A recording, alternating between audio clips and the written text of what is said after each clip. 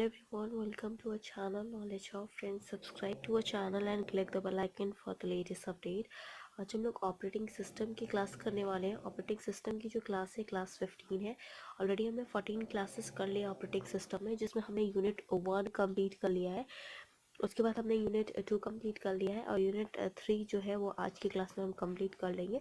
From the next class will start with unit 4. And before that, अगर आप हमारे channel first time देख रहे हो या अभी तक हमारे चैनल को सब्सक्राइब नहीं किया है, इट्स अ ह्यूज रिक्वेस्ट कि आप हमारे चैनल को सब्सक्राइब करो सो दैट हम जो भी वीडियोस डालें वो आपके पास सबसे पहले पहुँचे. एंड सेकेंडली, अगर आपको हमारा वीडियो अच्छा लगे तो प्लीज़ हमारे वीडियो को लाइक, शेयर और सब्सक्राइब करो सो दैट ज़्यादा से ज़्यादा लोग के पास वीडियो पहुँचे, ज़्यादा से ज़्यादा लोग इसका यूटिलाइजेशन भी कर सकें.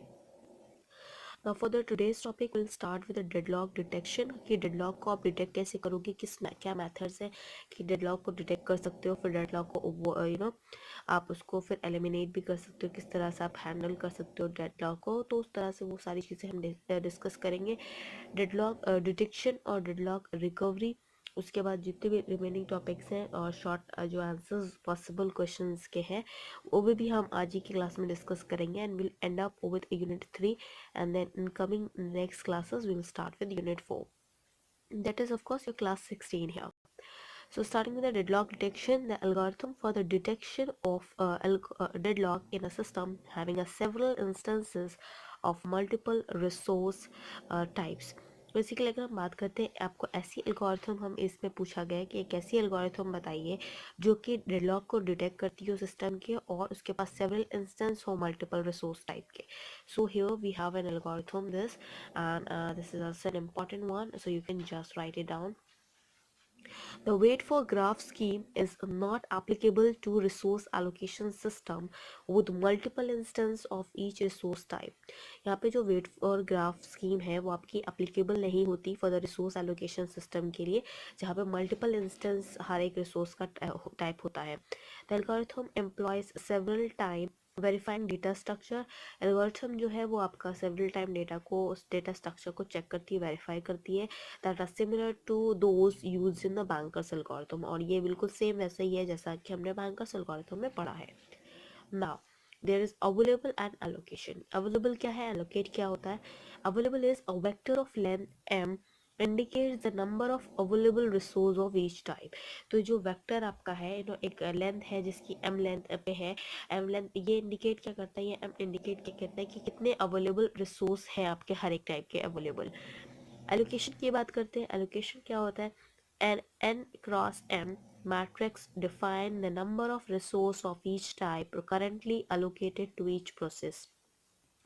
एलोकेशन है तो वो एलोकेशन के बारे में ही बताएगा और वो एक मैट्रिक्स है जो कि n cross m, n number of जितने हैं आपके रिसोर्स और प्लस m जो कि आपका बताता है कि अवेलेबल रिसोर्स कितने हैं. उनके मैट्रिक्स जो डिफाइन करते हैं वो नंबर ऑफ रिसोर्स आपका बताता है कि हर एक टाइप का रिसोर्स, जैसे लाइक R1 रिसोर्स कितने टाइप का है, चाहे R2 कितना है, R3 कितना है, तो हर एक टाइप का वो एलोकेटेड कितने हैं रिसोर्सेज वो आपको बताता है. Now, with respect to that, we have an algorithm that we have to discuss here, and that is even though important also. So, let work and finish be vector of length m and n. तो हम इसको complete करते हैं, पूरा काम करेंगे, उसके बाद उसको फिनिश भी करेंगे. वेक्टर लेंथ जो कि m और n है रिस्पेक्टिवली इनिशियलाइजेस. पहले m को इनिशियलाइज करेंगे, उसको फिनिश करेंगे, देन फिर n को इनिशियलाइज करेंगे, n को फिनिश करेंगे. बियो रिस्पेक्ट इनिशियलाइज वर्क अवेलेबल, पहले इनिशियलाइज करेंगे. वर्क अवेलेबल है अगर तो for I equals to 1 2 3 4 5 6 7 8 9 10 11 12 13 14 15 16 17 18 19 20 till N जितना भी हमारे पास होगा. If allocation I does not equals to 0, अगर आई 0 के इक्वल नहीं है, then finish I of N equals to false, otherwise finish I equals to true. Okay, अगर I does not equals to 0 है तब आपका जो फिनिश होगा वो आपका फॉल्स होगा, otherwise it will be finish, that is true statement. Okay, then it is done. After that find an index I such that both, अब दोनों के रिस्पेक्ट में हमें आई इंडेक्स को निकालना है. Where finish I equals to false and request I is less than equals to work. Where if no such I exist go to the step 4. अगर ऐसी कोई आई एग्जिस्ट नहीं कर रही है तब आप स्टेप 4 पे जाओगे. अब स्टेप थर्ड क्या है, that is work equals to work plus allocation I. अगर वर्क आपका जो है वो आपका काउंट होगा वर्क और प्लस कितना एलोकेशन आया है उसका, तो फिनिश आया दैट इज ट्रू स्टेटमेंट देगा and then you can go to the step 2 here, अगर ट्रू होता है तो। If finish of I is equals to 4 false for some I that is 1, I की कंडीशन क्या है, ये वो आपका आई जो है वो 1 से ग्रेटर या इक्वल्स टू हो सकता है, इसका मतलब है स्टार्टिंग फ्रॉम 1 और till that is less than equals to n, तो 1 से लेके वो n तक की कोई भी वैल्यू हो सकती है n के लिए, then the system is in deadlock state. Okay, and next that moreover if finish of I equals to false, then p of I is a deadlocked. अगर आपका false हो जाता है finish नहीं हो पाता है प्रोसेस, तो उसके हिसाब से जो प्रोसेस I है वो आपका deadlocked कंडीशन में होगा। अभी तो डेडलॉक डिटेक्शन के बारे में हमने पढ़ा। Now will discuss about deadlock recovery कि डेडलॉक रिकवरी क्या होती है, हम कैसे डेडलॉक से रिकवर कर सकते हैं। So here we have these. Deadlock recovery क्या होती है, recovery from deadlock is done using the combined approach. Basically अगर हमें रिकवर होना है, डेडलॉक से रिकवर करना है, तो हम उसको कंबाइंड अप्रोच का यूज़ करके हम रिकवर कर सकते हैं डेडलॉक से। डेडलॉक की रिकवरी अप्रोच जो होती है, कंबाइन द 3 बेसिक्स अप्रोचेस। अब हम कौन से बेसिक्स अप्रोचेस को कंबाइन करेंगे, यहाँ पे 3 बेसिक्स अप्रोचेस है। पहली है प्रिवेंशन, प्रिवेंट करना, बचाना डेडलॉक से। फिर अवॉइडेंस, अगर बचा नहीं पा रहे हैं तो फिर उसको बाद डेडलॉक को अवॉइड करो, अवॉइडेंस होना चाहिए।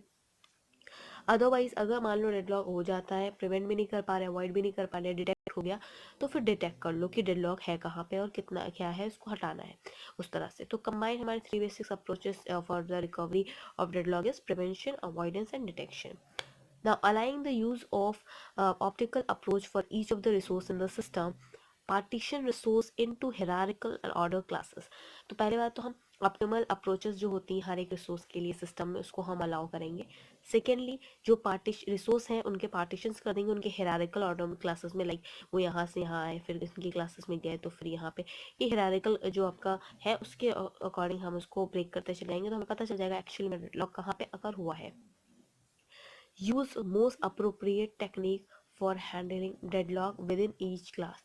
तो हमें हर एक क्लास में एक अप्रोप्रिएट टेक्निक को यूज़ करना पड़ेगा, क्योंकि हमें फिर डेडलॉक को हैंडल करना है। अगर हम अप्रोप्रिएट टेक्निक नहीं, बस ऐसे ही टेक्निक यूज़ करेंगे जो कि अप्रोप्रिएट नहीं है, तो फिर डेडलॉक ऑब्वियस सी बात है अकर रहेगा और हम हर एक क्लास में नहीं उसको आइडेंटिफाई कर पाएंगे।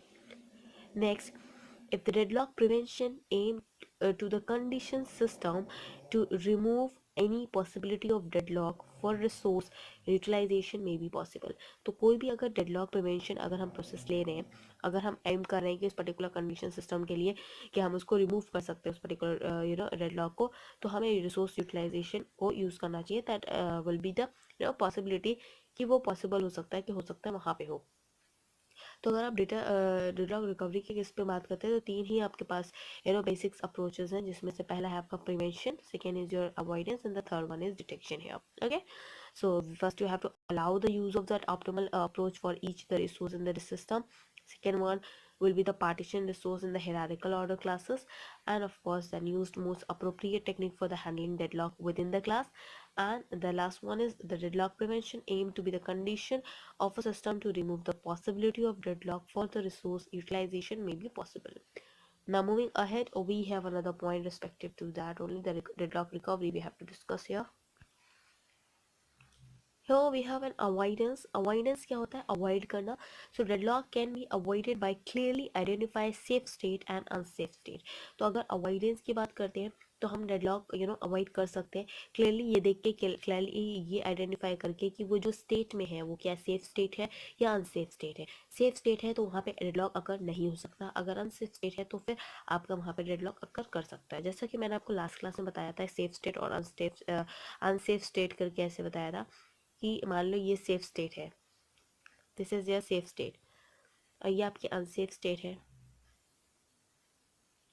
अनसेफ स्टेट में आपको डेडलॉक मिलेगा, ओके, बट सेफ स्टेट में आपको डेडलॉक नहीं मिलेगा। This is what I had told you in the last class.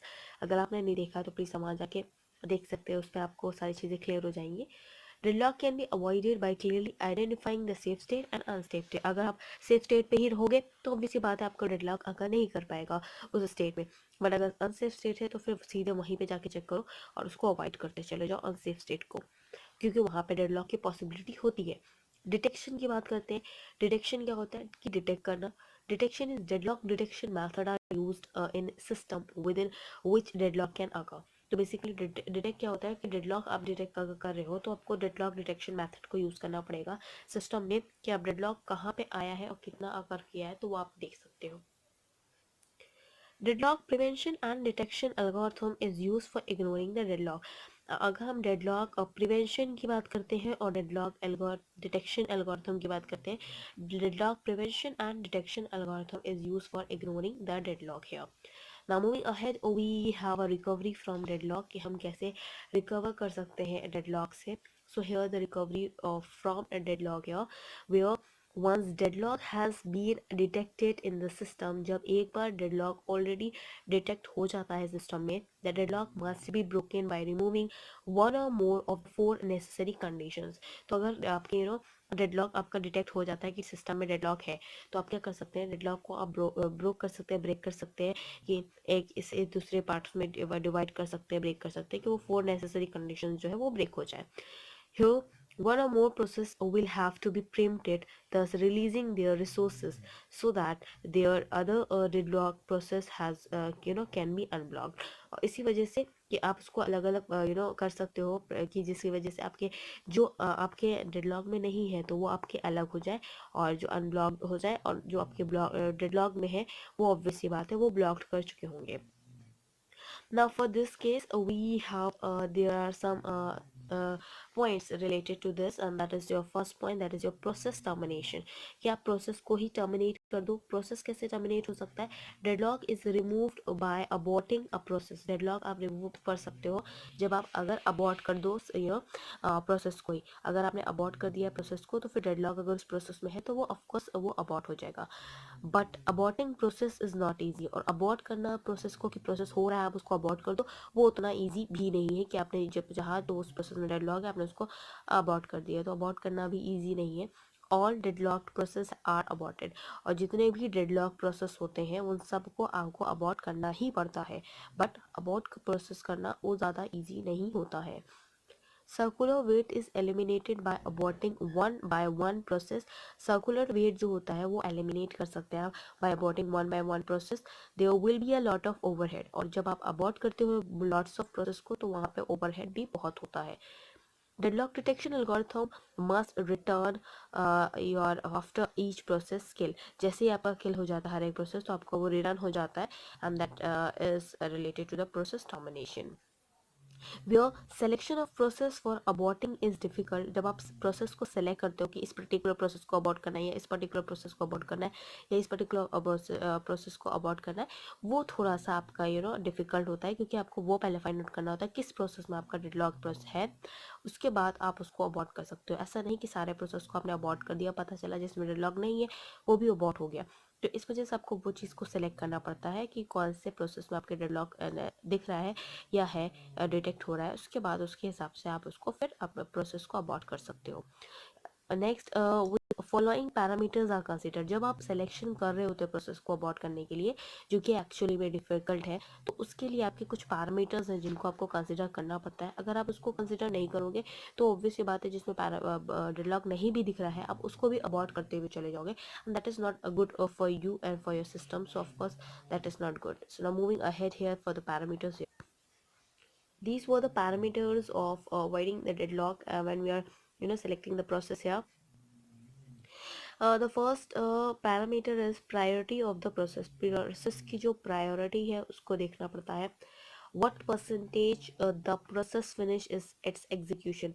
अगर कोई process execute कर रहा है already execution में है तो आपको देखना पड़ता है कि क्या percentage उस process की finished हो execution होने में, process होने में कितना time लेगी.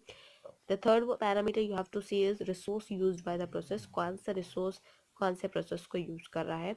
The fourth parameter is need of resource to complete process remaining operation. जितना remaining operation हमारा रह गया है उसको इस resource को complete करने के लिए, इस process को resource करने के लिए, use करने के लिए, इस process को complete करने के लिए उस resource की क्या requirement है उसको, वो सारी चीज़ें हमें देखनी पड़ती है. With regard of that, how many process will need to be terminated. और कितने प्रोसेस आपके n नंबर ऑफ अगर प्रोसेस हैं तो n नंबर ऑफ प्रोसेस में कितने प्रोसेस आपको टर्मिनेट करने की ज़रूरत पड़ती है. एंड प्रोसेस टाइप, कौन सा टाइप है प्रोसेस का, बैच टाइप है या फिर इंटरेक्टिव टाइप है, आपको वो भी देखना पड़ता है कि प्रोसेस एक्चुअल में किस टाइप का है, कि वो बैच टाइप है, इंटरेक्टिव टाइप है, that you have to also understood. So the parameters that for the selection of the process you have to consider about these six parameters. The first one will be the priority of the process. Second will be the what percentage the process finish its execution.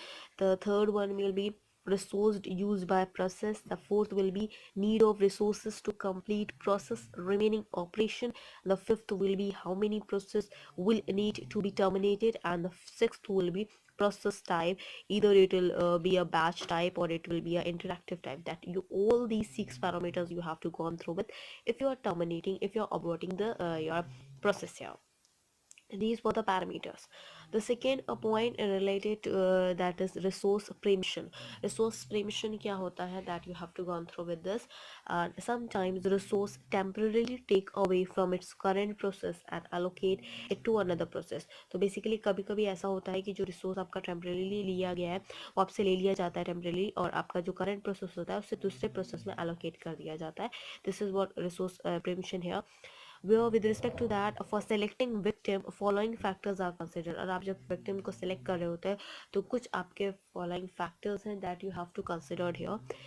There are the four these were the factors that you have to go through with. The first factor is priority of the process. की priority क्या है process की, higher priority process are usually not selected. और जो आपकी priority क्या है process की वो आपको देखने को मिलता है, और जिसकी सबसे ज़्यादा high priority होती है आप वो नहीं ही लेते हो. Okay, the second one we have here, the second param factors that for selecting the victim is CPU time used by process. कितना CPU time use किया गया है उस process के through. The process which is close to completion are usually not selected. और ऐसा process जो कि complete होने में ज़्यादा time नहीं लेगा and that is near to complete, then you are not selecting those process. Yeah.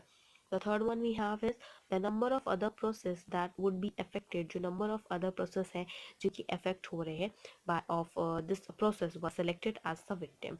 तो इसमें वो कितने affect हो रहे हैं वो भी आपको देखने को मिलता है and देखना चाहिए.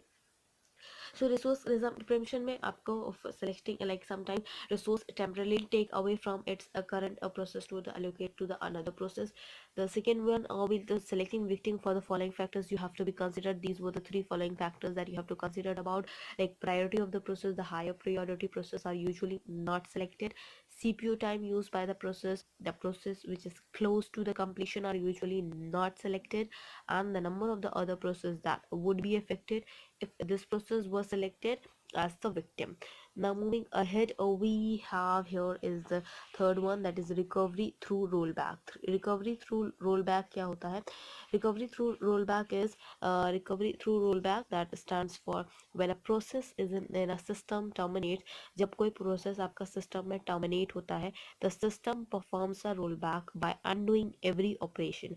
और तब आपका कोई system अगर terminate करता है, कोई process आपके system में terminate होता है, तो वो सिस्टम जो है वो आपका रोल बैक को परफॉर्म करने के लिए हर एक प्रोसेस जो है वो आपका एक एज रोल बैक परफॉर्म करता है to that terminated process. Terminate process के लिए आपका हर एक प्रोसेस जो है वो आपका as they are performing like terminated process.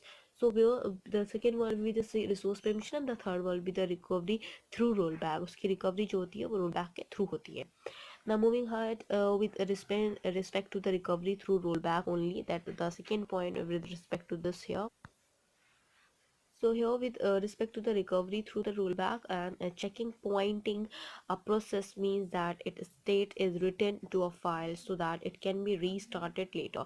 और check pointing जो होता है वो एक process ऐसा process है जहाँ पे हर एक states को वो write कर लेता है file के form में और उसको फिर restart करता है बाद में. And risk in this method is that the original deadlock may recover, but the non-determinatory of the concurrent processing may ensure that this does not happen. तो रिस्क इसमें क्या होता है इस मेथड को यूज़ करने के लिए कि जो ओरिजिनल डेडलॉक होता है वो तो रिकवर हो जाता है, शायद हो भी सकता है रिकवर, बट नॉन डिटर्मिनेंसी जो होती है कंकरेंट प्रोसेसिंग की वो आपकी इंश्योर नहीं करती that they are not ensured about that this does not happen again. Okay, so this is what it actually all about. The fourth point related to this is starvation. Starvation क्या होता है, that what we have to gone through with. Starvation is one type situation. Starvation एक आपकी एक type situation है in which a process waits for an event, जिसमें process जो है वो आपका event के लिए wait करता है, that might never occur in the system. और उस वे इस process वो उस process को wait करता है जो शायद आपका कभी occur ही ना हो उस system में. That is what starvation is known as all about. Select the victim only for a finite number of times, और आप victim को सिर्फ एक finite number of time के लिए ही select कर सकते हो या ढूंढ सकते हो. Use rollback method for selecting victim process. अगर आपको किसी भी process के लिए deadlock के लिए अगर आपको victim process को search करना है या select करना है तो you can use directly the rollback method that we had gone through with before. Okay, you can select that and further selecting the victim process as well. Now, as I told you, we'll start with the short questions also in this class, so hopefully we'll do that. And this is the short questions, short answer questions, that are the possible questions that they can ask you in terms of the short question answers, so that we are dealing here. So they can ask you what is deadlock, or define deadlock, and define the necessary conditions for the deadlock. So here for the deadlock, you can just state within 2 marks, you can just say that a set of processes is deadlock in if each process is in the set of waiting for an event that only another process in the set can cause. Usually the event is release of concurrently held resource. तो basically ऐसे resource जब आपके लिए सारे process एक particular resource के लिए wait ही कर रहे हैं तो वो आपका डेडलॉक कंडीशन को अकर करता है. A deadlock occur when two or more processes are waiting indefinitely. और डेडलॉक आपका तब अकर करता है जब आपके दो से ज़्यादा जो प्रोसेस है वो आपके वेट कर रहे हैं indefinite टाइम के लिए और for an event that can be caused only by one of the waiting process, और जो कि आपका indefinite वेट कर रहे हैं एक इवेंट के लिए जो कि आपका शायद वेटिंग प्रोसेस ही लेता रहे और शायद वो आपका वो प्रोसेस जो आपका वेट कर रहा है वो आपका आए भी ना. Okay, for that sake you are waiting for those particular process here. Okay, so this what you have to understood all about related to this here. And moving ahead, we have another related to, अभी तो deadlock के बारे में discuss किया, but they can ask you about the deadlock problem. Define the deadlock problem. So necessary conditions से 4 होती हैं जैसे कि मैंने आपको बताया है, but उसके related में वो ये भी पूछ सकती है कि define a deadlock problem. तो deadlock और deadlock problem में क्या difference है, that we'll discuss here. Here we have, if they had asked you about deadlock problem, you can just state that a situation where every process is waiting for an event. एक ऐसी situation जहाँ पे हर एक process जो है सिर्फ और सिर्फ wait ही कर रहा है, and that can be triggered only by the another process, and that what is the deadlock problem will be, that you can just state this within this. Okay, when they had asked you. अब बात करते हैं necessary conditions की बारे में. तो necessary जो conditions है वो नेसेसरी कंडीशंस आपकी डेडलॉक की जो है वो ये है, ये चारों है. पहला है आपका non mutual exclusion. First is your mutual exclusion, second is your hold and wait, third will be the no preemption and fourth will be the circular wait. तो कौन सी है? Mutual exclusion, hold and wait, no preemption and circular wait. इसको आप बिल्कुल याद कर लो क्योंकि ये नेसेसरी कंडीशंस भी है डेडलॉक की. Even though they can ask you strategies of deadlock, then also you can just tell mutual exclusion, no preemption, hold and wait and circular wait. और इसके साथ साथ एक और चीज़ आप जान लीजिए, अगर डेडलॉक अकर कर रहा है तो इसका मतलब है कि ये चारों कंडीशन उस टाइम पे उस होनी ही चाहिए सिस्टम में. Like mutual exclusion, hold and wait, no preemption, circular wait. अगर डेडलॉक नहीं चाहिए आपको, या फिर अगर इन चारों में से सिर्फ 3 ही कंडीशन एक्टिव है, वो चौथी नहीं है, या फिर ये 3 है तो ये नहीं है, या ये 3 है तो ये नहीं है, तो आपका डेडलॉक वो सिस्टम नहीं हो सकता. और अगर आपको अवॉइड करना है डेडलॉक का तो उसका एक ही प्रोसेस है कि अगर चारों कंडीशन नहीं एक्टिव है तो ऑब्वियस सी बात है वो डेडलॉक नहीं होगा. या आपकी कोई भी एक 3 कंडीशन मान लो हो गई और आपकी एक चौथी होने वाली है तो आप उसको अवॉइड कर दो किसी तरह, वो ना पॉसिबल हो सके या वो फुलफिल नहीं हो सके, तो डेडलॉक अकरेंस नहीं होगा. ओके, तो अगर नेसेसरी कंडीशन है डेडलॉक के लिए तो 4 है: mutual exclusion, hold and wait, no preemption, circular wait. But अगर आपको अवॉइड करना है डेडलॉक तो आप इन चारों में से कोई एक या 2 आपकी नहीं होनी चाहिए. अगर नहीं हो रही है तो डेडलॉक नहीं अगर करेगा. With regard of this, at least one resource must be held in and non shareable mode, और आपका कम से कम एक रिसोर्स जो है वो आपका नॉन शेयरेबल मोड पे होना चाहिए. A process holding at least one resource is waiting for more resource held by the other process. और ऐसा प्रोसेस जो कि होल्ड करो एटलीस्ट एक रिसोर्स को और वो वेटिंग पे हो, बहुत सारे रिसोर्सेज उसके लिए वेट कर रहे हो for that particular by the process. So that also just you have to define it. Third one will be the resource can not be preempted. Resource कभी भी प्रिम्प्टेड नहीं होता. Fourth will be there must be circular waiting, और हमेशा वहाँ पे circular waiting होगी. Like ये इसके लिए वेट कर रहा है, फिर ये इसके लिए, देन इसके लिए, एंड देन ऑफ कोर्स इसके लिए. तो सर्कुलर वेटिंग चल रही होती है. तो क्या पे फोर है आपके, at least one resource must be held in non shareable mode. A process holding at least one resource in waiting for more resource held by the other process. The third will be the resources cannot be permitted, and the fourth will be there must be circular waiting here. Now moving ahead, they can ask you the another question with related to the deadlock. They can ask you, is it possible to have a deadlock involving one process? अभी मैंने ये चीज़ समझाई. इन्होंने बोला है question में कि क्या ये पॉसिबल है कि डेडलॉक एक प्रोसेस अगर हो रहा है तो फिर आपका डेडलॉक आ सकता है. तो नहीं, ऐसा नहीं पॉसिबल है. No, this follows directly from the hold and wait condition. और ये जो है वो आपका होल्ड एंड वेट को कंडीशन को फॉलो कर सकता है, होल्ड एंड वेट को, but this not directly follows the hold and wait from the hold and wait condition here. Now moving ahead, we have another, they can ask you define safe state. safe state क्या होता है, क्योंकि मैंने safe state और आपका unsafe state बोला है बहुत बार, तो सेफ स्टेट बहुत बार पूछा भी गया है, तो इसलिए मैं उनके लिए बता रही हूँ जिनको नहीं एक्चुअली क्लियर है. सेफ स्टेट क्या होता है, a state is in safe if the system can allocate resource to each process. State तभी वो सेफ होगा जब कोई सिस्टम उस रिसोर्सेज को एलोकेट कर सकता है हर एक प्रोसेस के लिए अप टू इट्स मैक्सिमम, जितना भी उसकी मैक्सिमम रिक्वायरमेंट है, in the same order, and still avoid a deadlock. और एक ऑर्डर में, और जबकि वो उस चीज़ को डेडलॉक को अवॉइड भी कर सकता हो, तब वो आपका सेफ स्टेट कहलाता है. Now they can ask you hold and wait, जो कि आपका एक कंडीशन है नेसेसरी कंडीशन का, कि होल्ड एंड वेट क्या होता है. तो होल्ड एंड वेट के रिस्पेक्ट में what you have to define here is, a process must be holding a resource and waiting for another process.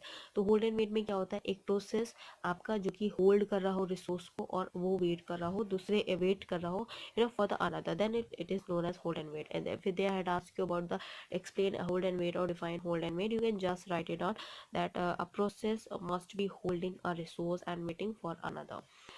Now talking about the banker's algorithm. What is banker's algorithm here? You can just gone through with that. Banker's algorithm क्या होता है dear? So that is banker's algorithm is a deadlock avoidance algorithm. Banker's algorithm जो है, मैंने आपको जो banker's algorithm बताई थी तभी मैंने बताया था कि banker's algorithm जो है वो deadlock avoidance algorithm है.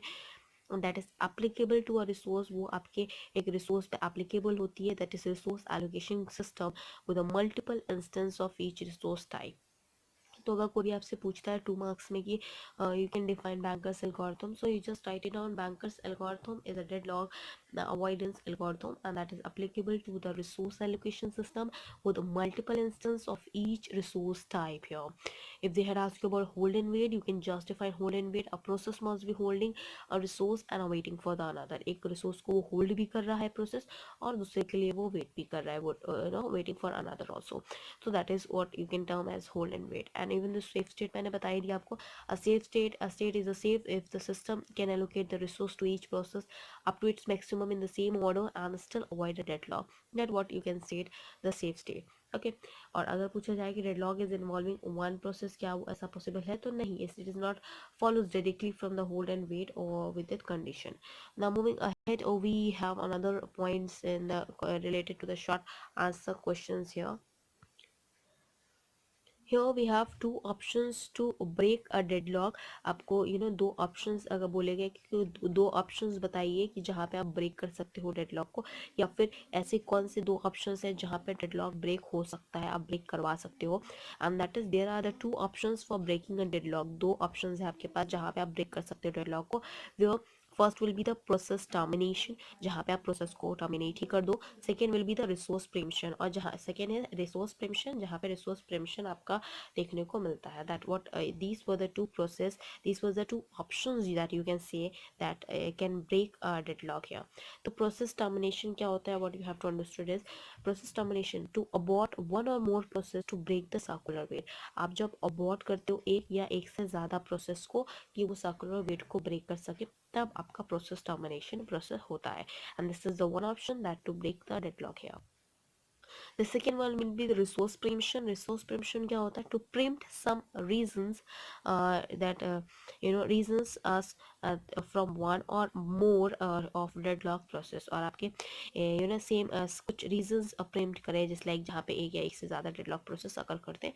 That is all related about resource preemption. The first, there are two options to break the deadlock. First is your process termination. Second will be the resource preemption here. Now moving ahead, we have limitations of bankers algorithm, जो कि bankers algorithm के मैंने 2 marks possible question भी बताए थे, तो 2 marks में आपका limitations of bankers algorithm भी पूछा जा सकता है. That is also an important one here. So the first limitation is it require fixed number of resource to allocate, और ये आपका एक fixed number of resource उसको requirement होती है for the allocation here. So it requires fixed numbers of resource to allocate. The second one will be the process state their maximum needs in advance. तो basically जो process state होता है उसकी maximum need जो होती है वो उसकी एडवांस में ही होती है. The third one we have here is the algorithm require that client returns all resource within a finite time. और जो algorithm require होती है for the client है ना कि वो return कर सके सारे resources को within a finite time. That is also the comes under the limitations of bankers algorithm. तो bankers algorithm की कितनी limitations है? 3 limitation है. पहली है it requires a fixed number of resource to allocate. The second one is process state their maximum need in advance. Third will be that the algorithm requires that client return all resource within a finite time.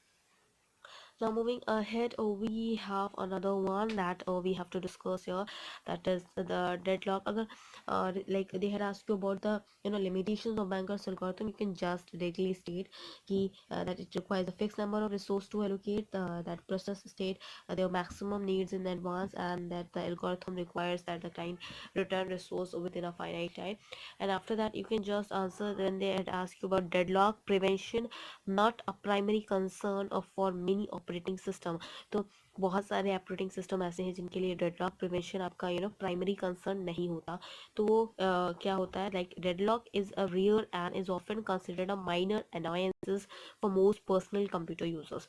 तो deadlock जो होता है कि आपका rarer आपका होता है जो कि अकर करता है, एक कंसिडर माइनर अनॉयंसेस होते हैं, लाइक मोस्टली तो वो पर्सनल कंप्यूटर यूजर्स के लिए ही होते हैं.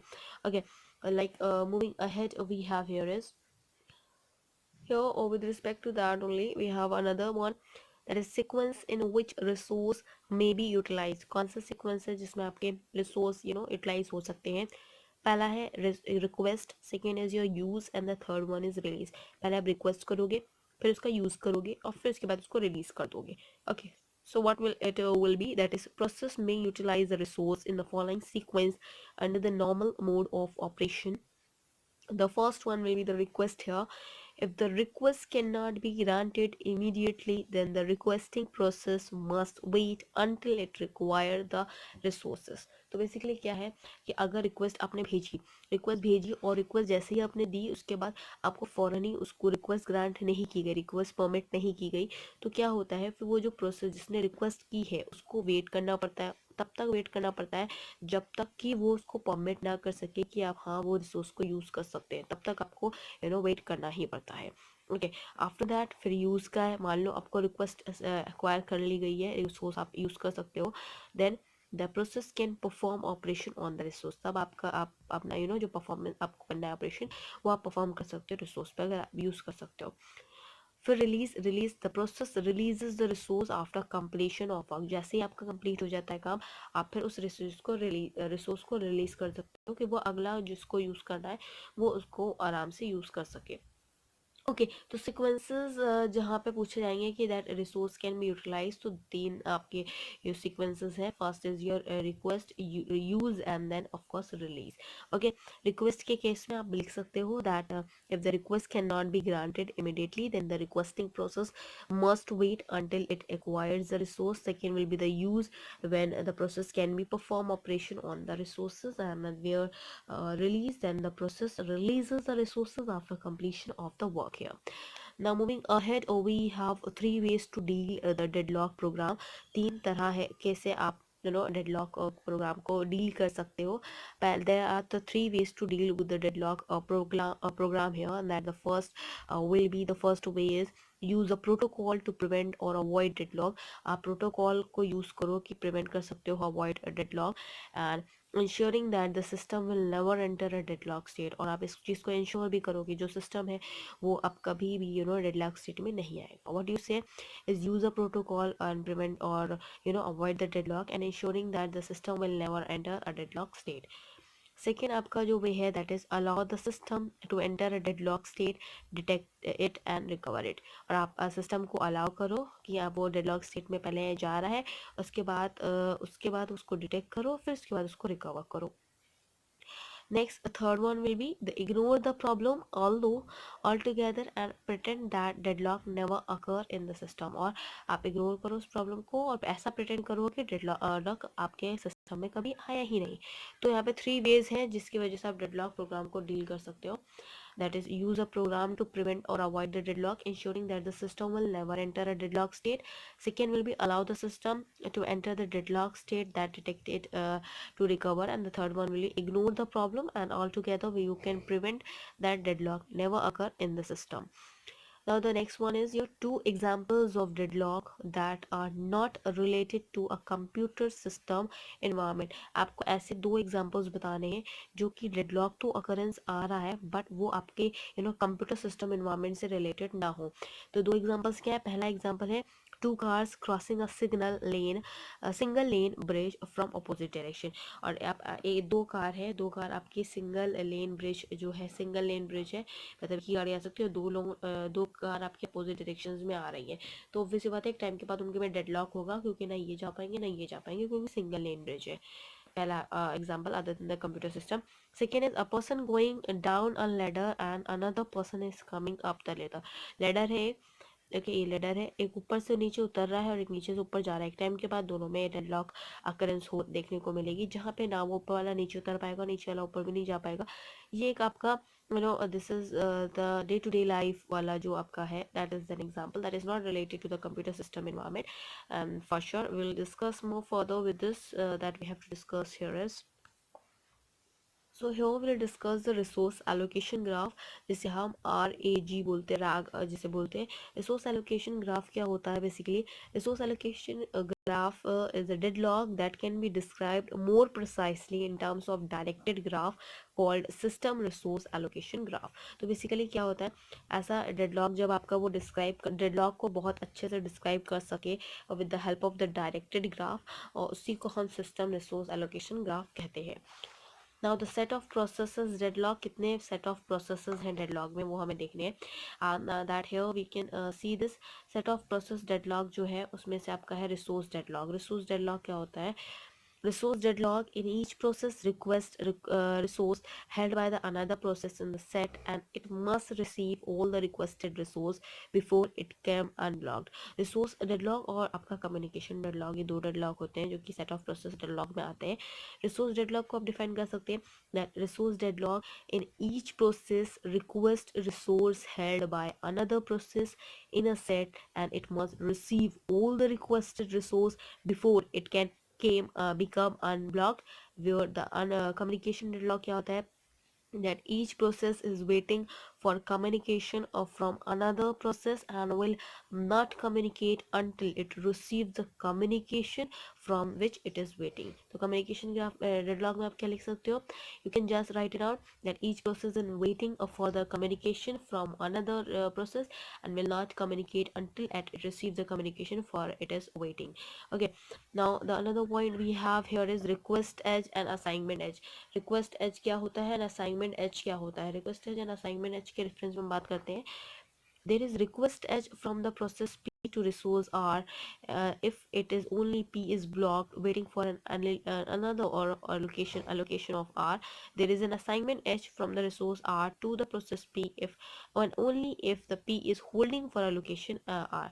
तो यहाँ पे रिक्वेस्ट एज और असाइनमेंट एज क्या होता है? रिक्वेस्ट एज वो होता है जब आपका जो प्रोसेस P है वो रिसोर्स R को रिक्वेस्ट कर रहा है और P जो है वो ब्लॉक्ड है, वो P ब्लॉक्ड है और आपका एलोकेशन जो हो रहा है R का वो वेटिंग पे ही है. Okay, and with respect to the allocation assignment edge क्या होता है? असाइनमेंट एज आपका जब आपका रिसोर्स जो आर है वो आपका प्रोसेस पी को रिसोर्स आर जो है वो प्रोसेस पी से है और जहाँ पे पी आपका होल्डिंग पे है और एलोकेट हो रहा है आपका आर रिसोर्स, तो तब आपका असाइनमेंट एज होता है. Now moving on with the next that we have here is, so the next we have is a knot, and this is the last topic of this unit 3, and we will complete unit 3rd for this for sure. And that is a strongly connected subgraph of directed graph such that starting from any node to its subset, it is possible to leave the knot by following the edge of the graph. Basically जो strongly अगर हम बात करते हैं strongly connected सब graph की, तो आपका डायरेक्टेड ग्राफ को ही शो करता है. जैसे कि आपका स्टार्टिंग की अगर हम बात करते हैं कोई भी नोट जो होते हैं आपके सबसेट के, that is impossible to leave the node by knowing the edge of the graph. तो ये आपका यूनिट 3rd का एंड है. अब यूनिट 1 की अगर हम बात करते हैं जो कि हम कवर अप कर चुके हैं, उसमें हमने इंट्रोडक्शन और पार्ट को कंप्लीट कर लिया है. उसके बाद हमने यूनिट 2 जो था वो हमने कंप्लीट किया है. यूनिट 2 में हमारे that is your concurrency process है. तो उसके बाद हमने यूनिट 3rd की बात करते हैं जो कि आज हमने कंप्लीट कर लिया है. तो दैट इज़ उसमें प्रोसेस एंड थ्रेड, फिर सीपीयू शेड्यूलिंग और उसके बाद फिर डेडलॉक जो कि अभी हम कर रहे हैं. ये तीसरा ख़त्म हो चुका है.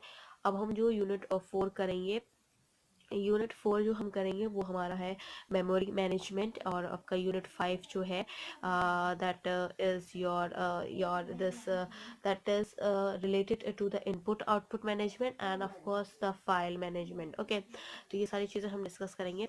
उसके साथ साथ अगर हम यूनिट 1 और यूनिट 2 यूनिट 3 की बात करते हैं, तो यूनिट 1 की अगर हम बात करते हैं तो उसमें हमने operating system functions, classification of operating system services, operating system services, operating system structures, kernel, system call, booting process, PCs, वो सारी चीज़ें डिस्कस की हैं. जिसमें हमने operating system and functions, classification of operations discuss किया है सिस्टम के, batch process system and interactive system, time sharing, real time sharing, multiprocessor system, multi-user system, multi-process system, multi-threaded system, operating system structures, layered structures, system components and operating system services, internet kernels and monolithic kernels, microlithic kernels.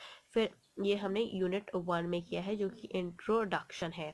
Okay, this is introduction part. And उसके बाद फिर हमने unit 2 किया है. Unit 2 जो हमने किया है वो हमारा था this is the unit that is a process here. And process जो हमने डिस्कस किया था उसमें हमने concurrent process concept, principle of concurrency, producer consumer problem, mutual exclusion, critical section problem, Dekker's solution, Patterson solution, semaphores, test operation, and then classification problem in the concurrency, Danning philosopher problems, sleeping a barber problem, and then we have discussed the inter-process communication models and the schemes and process generation we had discussed here. Next उसके बाद हमने unit 3rd किया है जिसमें हमने unit 3rd में discuss किया है with related to as I told you. Unit 3rd में हमने जो डिस्कस किया है that is your process control, process and thread discuss किया है, सीपीयू शेड्यूलिंग किया है और उसके बाद हमने डेडलॉक किया है जिसमें हमने जो प्रोसेस किए हैं डिस्कस किए हैं डेडलॉक में. That is your hour CPU scheduling concept, performance criteria, process state, and then your address space, process identification, information threads, and then of course management scheduling and algorithm, multiprocessor scheduling, deadlock system, then deadlock characteristic, prevention, avoidance, and detection, recovery from the deadlock. वो सारी चीज़ें discuss की हैं. उसके बाद हम आते हैं यूनिट 4 पे जो कि हम नेक्स्ट क्लास से करेंगे. उसमें हमारा है this is your memory management here. Memory management में हम डिस्कस करेंगे basics, bare machines, residential monuments, partitions, protection schemes, paging segmentation, page segmentation, virtual machine concept, demand paging, performance of demand paging, page replacement algorithm, thrashing, cache memory, organisation, locality of the references. उसके बाद हम discuss करेंगे unit 5। Unit 5 जो है वो आपका input output management है और आपका फाइल मैनेजमेंट है, जिसमें हम डिस्कस करेंगे input output and disk scheduling, input output devices and input output sub devices, subsystems, input output, your buffering, and then disk storage, disk scheduling, RAID file system, file concept, file operation and access mechanism, file directories, file sharing, file system implementation issues, file system protections and security। तो वो सारी चीज़ें हम discuss करेंगे and all. So all over अभी हमने third unit तक complete किया। फोर्थ यूनिट थोड़ी लंबी है, शायद आई थिंक 2 या 3 क्लासेस तक को चलेगी। Then of course will discuss the fourth, and उसके बाद हम कुछ क्वेश्चंस पेपर डिस्कस करेंगे जो कि आ चुके हैं आपके। तो क्लास आज के लिए इतना ही। Thank you. Hope you enjoy this video. If you like this video, please give a thumbs up and give a suggestion in the comment box. Please like, share, and subscribe our channel so that many and maximum people can get the information at once. And even though you can also enjoy the video as well, and you can go ahead with the playlist, and you can go through with any of the playlists that I had told you, the topics that we had discussed here. Thank you.